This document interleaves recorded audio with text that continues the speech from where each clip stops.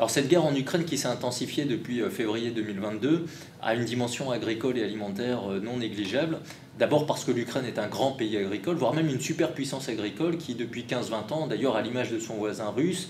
a développé fortement son agriculture, une agriculture qui est plutôt de grande culture, des céréales, des oléagineux, donc du blé, du maïs, du colza, de l'orge et beaucoup de tournesol. La moitié de l'huile de tournesol vendue dans le monde ces dernières années provenait d'Ukraine. Et donc l'Ukraine est une grande superpuissance agricole qui a compté sur ce secteur pour son économie nationale. C'est à peu près 30 à 40% du PIB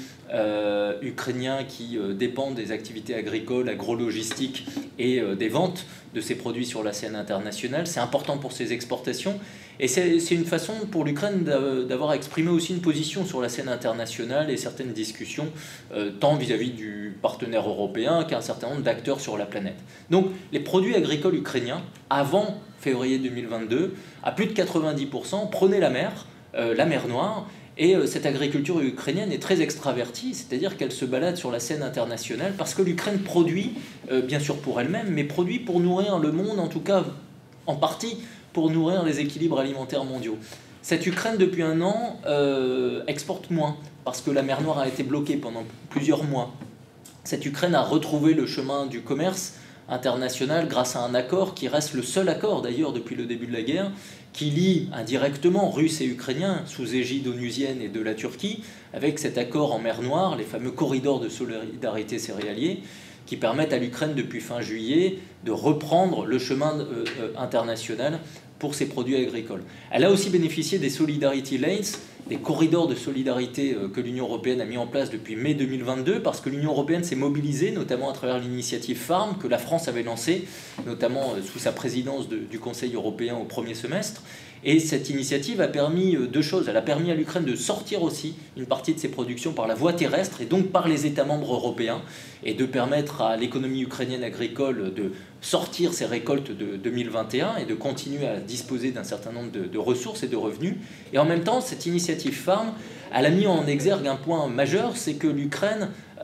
contribuant à une partie de la sécurité alimentaire mondiale, évidemment cette guerre avait des incidences qui dépassaient bien sûr les rivages de la mer Noire et du seul théâtre ukrainien. Et il est vrai qu'en 2022, un certain nombre de zones dans le monde ont été fragilisées davantage parce qu'elles étaient déjà vulnérables, mais cette guerre en Ukraine a eu des incidences, moins de céréales d'Ukraine, des complications sur la scène internationale à trouver des alternatives, un renchérissement du prix des céréales avec cette guerre et cette dimension géopolitique incertaine qui s'installant dans le temps faisait que les marchés déjà nerveux se sont tendus de plus en plus. On a eu des prix des céréales qui ont dépassé 350 voire 400 $ la tonne. Ça veut dire que quand vous chargez un vraquier en 60 000 tonnes de blé, ce bateau coûte 20 à 25 millions d'euros. Donc en fait, il y a eu du surenchérissement logistique et une facture alimentaire, une facture céréalière évidemment extrêmement forte. Il ne faut pas perdre de vue deux choses pour conclure, c'est que bien sûr la Russie est une autre superpuissance agricole, notamment en blé, et que la Russie depuis un an essaye d'instrumentaliser, d'arsenaliser son commerce international de blé en expliquant à certains pays acheteurs qui